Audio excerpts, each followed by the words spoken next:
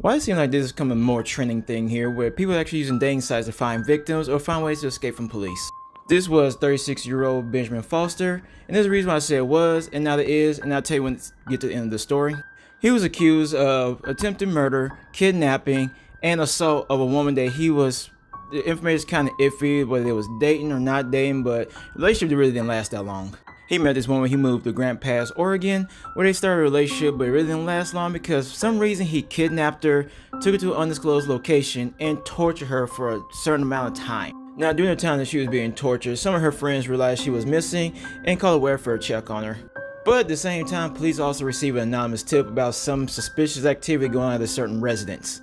When police arrived at the scene, they found the girl in really bad condition, but the Foster was nowhere to be found.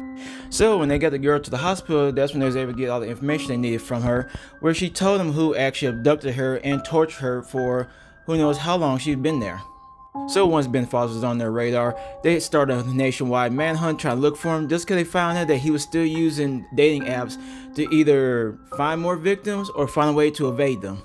And while doing a background search on him, they realized this is not the first time he has actually done this. Because in 2019, when he was living in Nevada, he actually kidnapped his then girlfriend and held her hostage in her own apartment for 2 weeks. And during the 2 weeks she was being held hostage, he actually tortured her throughout the whole entire time period he was there.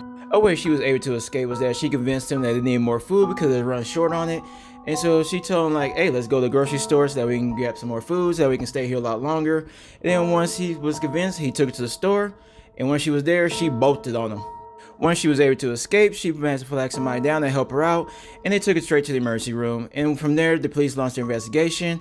They found she had several broken ribs, 2 black eyes, and ligature marks on her wrists and ankles from when he tied her up. Police were able to arrest Foster, where they charged him with kidnapping as well as assault and battery.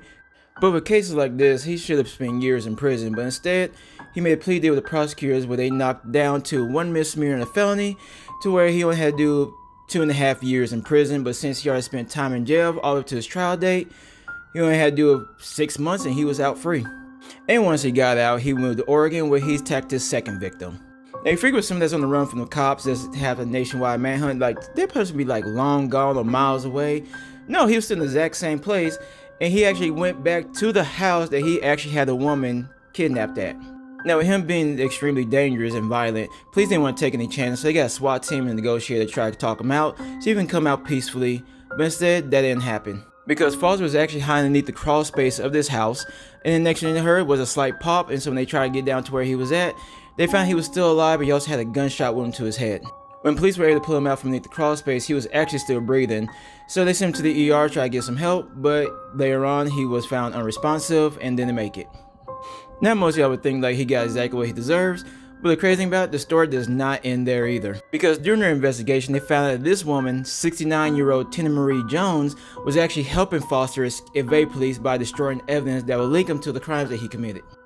So as of right now, she is facing charges for her part in the crimes that he has committed, as well as trying to cover up his crimes as well too.